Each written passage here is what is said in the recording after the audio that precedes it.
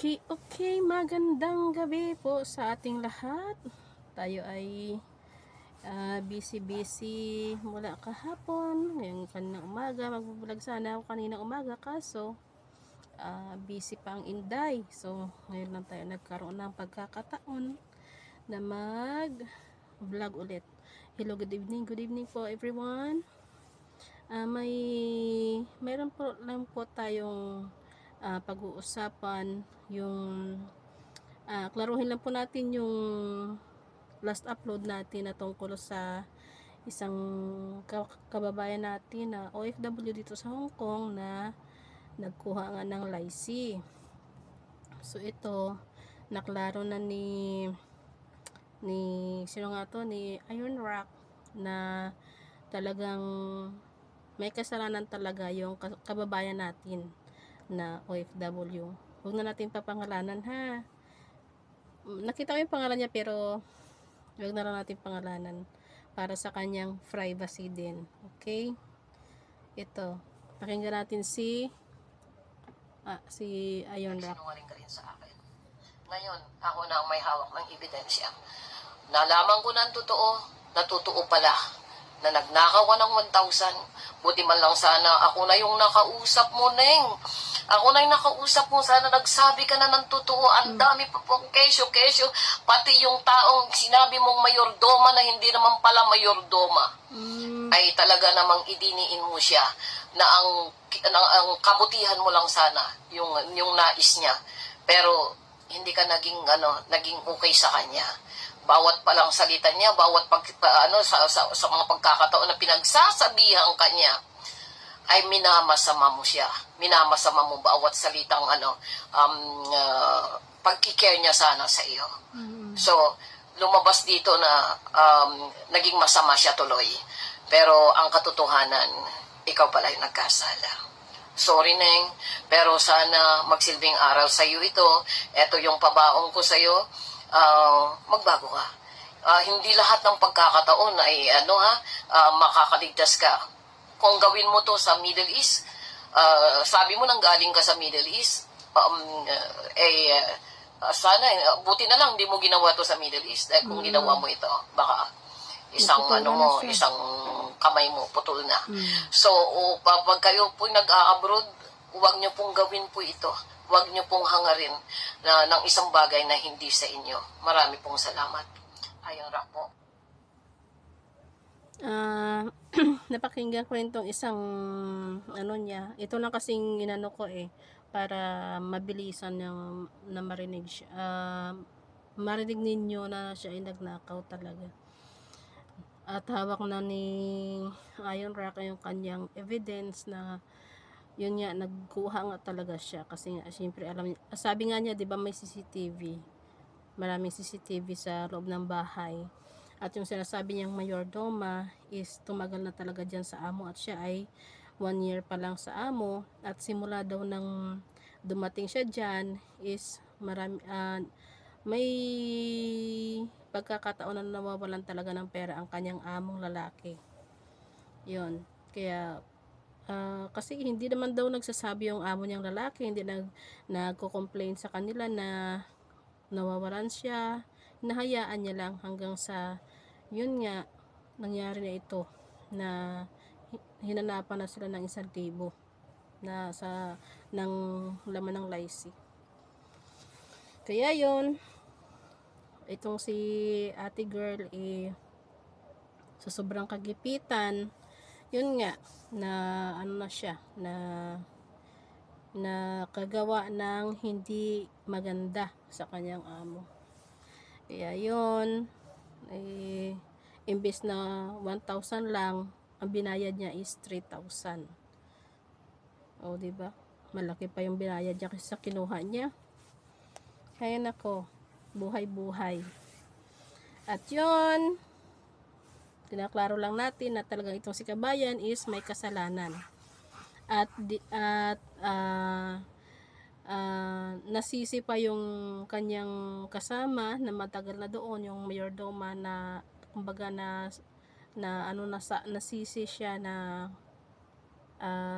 kung ano lang pinagsasabi ni kabayan tungkol sa kanyang mayordoma. Yun pala mabait din naman pala iyon. So, yun na.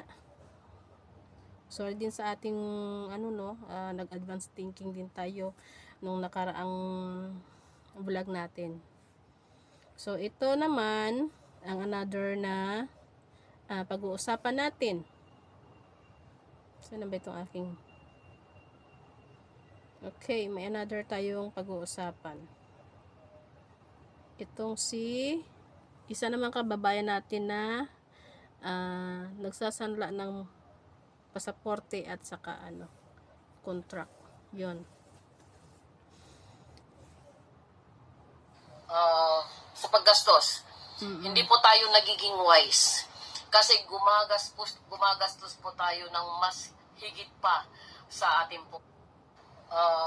Sa paggastos, hindi po tayo nagiging wise. Kasi gumagastos po tayo ng mas higit pa sa ating pong sahod. Pag ganun po na gumagastos ka ng mas higit pa sa iyong sahod, ano pong mangyayari? Mangungutang ka. Kapag ikaw ay yung utang mo mataas pa sa height mo na, anong gagawin mo? Magnanakaw ka. Mapipilitan ka ng magnakaw. Kasi nangangailangan ka na. So sa halagang 1,000, 3,000 po ang kailangang bayaran sa korte. Hindi lang po yun. Sa paggastos, hindi po tayo nagiging wise. Okay, pabalik-balik tayo, no? Sandali, hanapin ko muna yung isang natin. Tsaka, kontrata niya, bla bla bla, pero ano pa yun, opisina pa siya. Tsaka, kontrata niya, bla bla bla, pero ano pa yun, opisina. Ito yung another episode natin. Sorry, another episode ha. Another pala ng pag-uusapan. Itong tungkol sa nagsanla naman ng kanyang passport at 4 na taon pa lang sa Hong Kong at hindi ko nababanggitin. Tsaka, kontrata niya, bla bla bla, pero ano pa yun, ay sus, ano ba yun? 4 na taon pa lang sa Hong Kong at hindi ko nababanggitin kung anong pangalan din niya. Nakadistino po siya sa magandang firm. So sa aviation po siya nakadistino. At alam mo niyo kung bakit siya nagsasanla ng pasaporte niya. Isang araw lang po inubos niya ang 40 mil sa Macau. Sa sugal, inubos po niya. So wala na po siyang pera. Wala na siyang pagkain. Nagsusugal pala itong si Mother. Ay nako. Doon pa naman sa Macau is talagang maraming pasugalan doon. Nakapunta na ako doon noong 2023 pero nag-ikot-ikot lang kami. Kasi dito sa aking amo, bawal naman kasi ako mag-overnight sa labas. Kahit anong oras, kailangan ko talaga umuwi. Kahit late na, kahit madaling araw na, ako uuwi, okay lang yun. Basta umuwi lang ako dito sa bahay ni amo ko kasi hindi allowed ako na matulog sa labas o kahit sa mga mga hotel na yan, hindi ako allowed. Kaya sabi ni amo ko, kahit na anong mangyari, umuwi ka dito sa bahay kasi syempre kung anong mangyari sa atin, 'di ba, sagutin nila 'yon.